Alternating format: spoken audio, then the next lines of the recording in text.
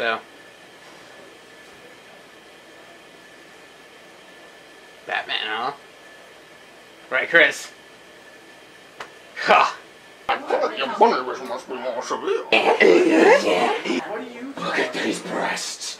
You could get a big double.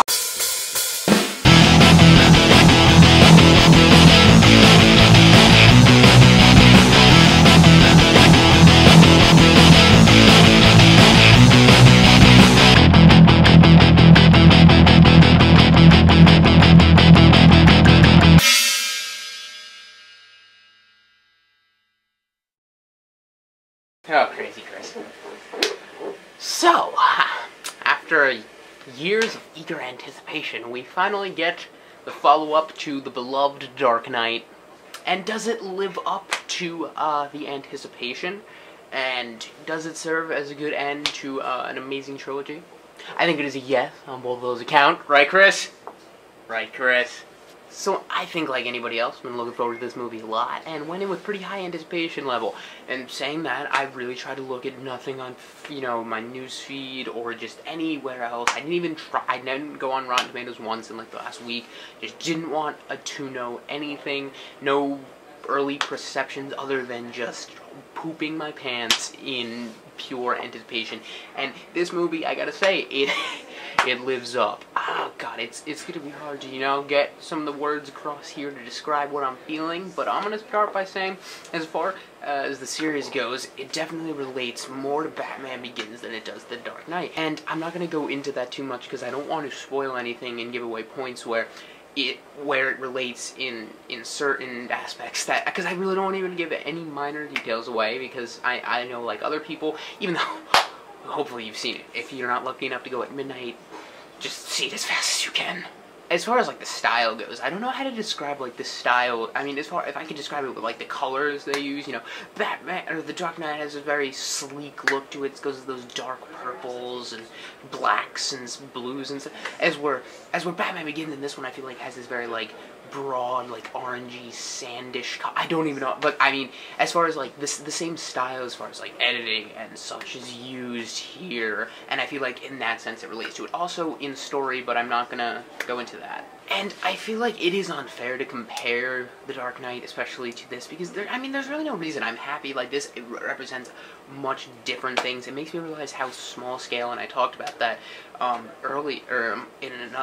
I talked about that the other day, about how it really is on such a smaller scale, and it's very psychological, and this one is, instead of mental, it's physical. It is just this blunt, well, not blunt way that there's not intricacies, because there are many. Nolan adds like these, Nolan adds just little things to almost everything that just make it 10 times better than any other action movie, because there's things under that. And while it doesn't happen in every point, there are still some questions that I have, not as far as how I feel about them, but I guess I need to see it again. I mean, this is just operated on such a larger scale. Instead of these scenes of intense dialogue that you have between the Joker and Batman, or even, Michael Caine and, Alfred, and these scenes that are really very deep and psychological and get into the aspects of the mentality of that. This has that, but it's much more related to on this huge scope. The scope of this movie is things that are alluded to in previous Batman movies, but finally come to fruition,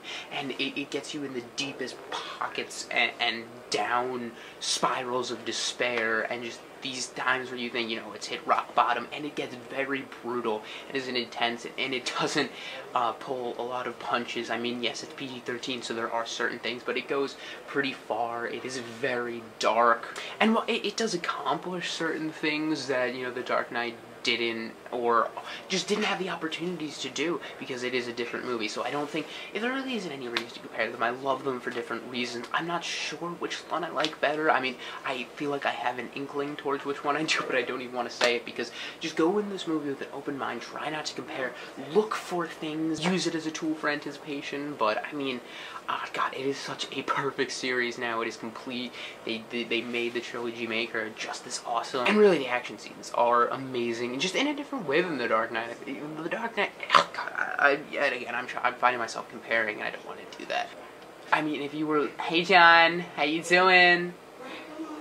Where's it gonna come? Harvey, Chris, you know where Harvey is? You remind me of my father. Right, Eric? I put a smile on that face. There's so much going on in this movie, and it doesn't fall into the Spider-Man 3 complex where it screws itself because of that. It really just makes it work.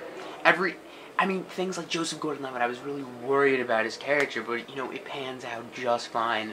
There's some things added in there that I feel like, as far as the life of the series, they've extended it beyond the series itself into our fantasies. It lets us fantasize this perfection of a continuum past the timeline of the actual movies, and that is amazing because it doesn't feel like there's a tack on that the director used, Chris Nolan used to, you know, not tie up loose ends, but he uses it as a tool to let it play out in our minds, not in the way where there is a loose end, but in a way where it's perfect. It really is a perfect conclusion that doesn't weigh to either side. I'm not going to mention what those sides are, because I don't want to give you any inkling how this movie ends. You see for yourself. Marion Cotillard is very good. Yet again, I had worried about her development at some points, but it does, for the most part, work out. Tom Hardy can understand him, and, I mean, he's really, you know, the villain as far as, like, Batman Begins focuses on the hero. The Dark Knight, really, I mean, people were like, hey, I'm going to go see that new Joker movie, not I'm going to see the new Batman movie. He was the star, and here I feel like they do a good job of making it seem like they're these two people pitted against each other. When I think about it, their amount of screen time, I mean, as opposition, yes, there's a couple of main ones, but they really do a great job of focusing on other characters, especially ones I love, and I think everybody loves, like Gary Oldman as Jim Gordon. Oh my god, they should just call this movie Jim Gordon Rises, because he is the shit. He's so badass. I love that man. He's the best.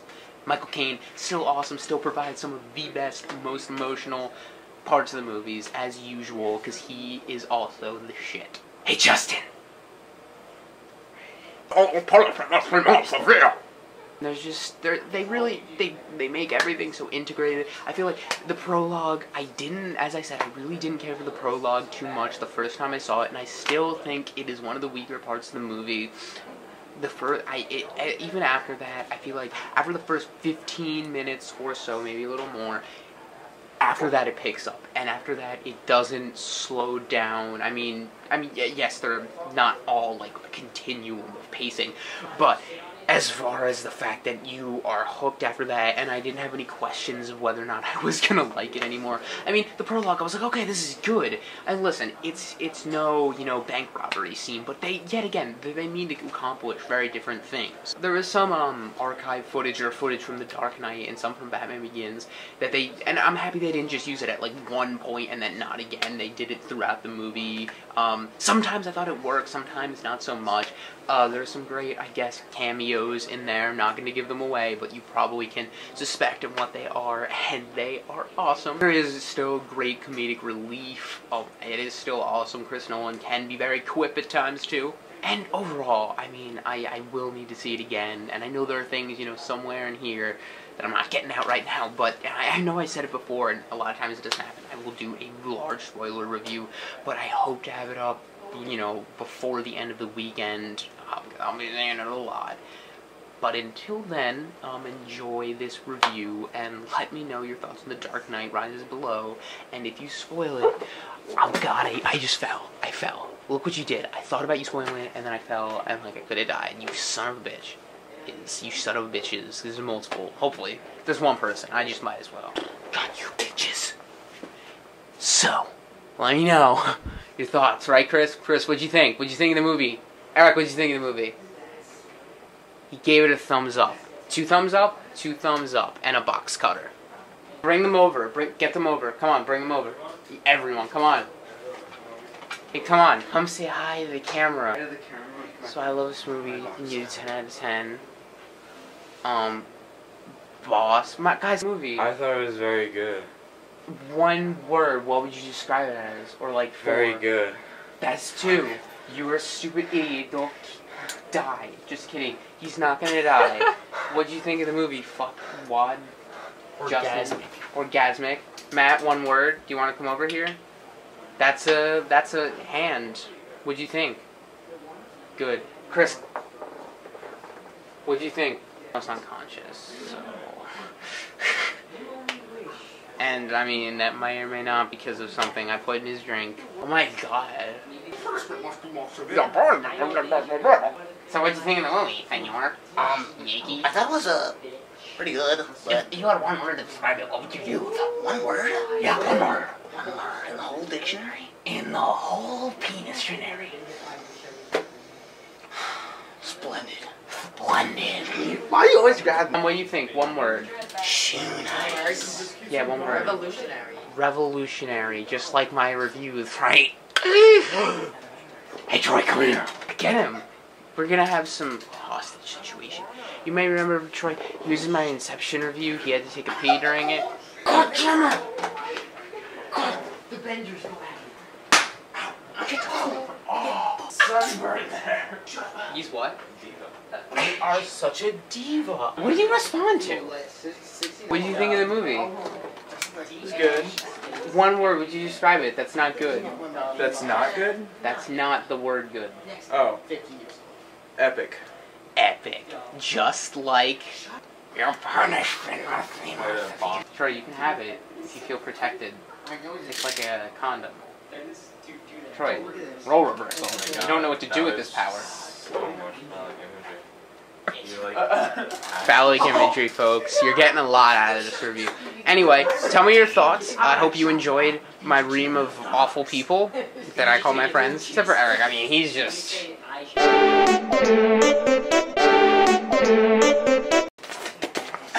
One order in Gotham. Batman must take off his mask.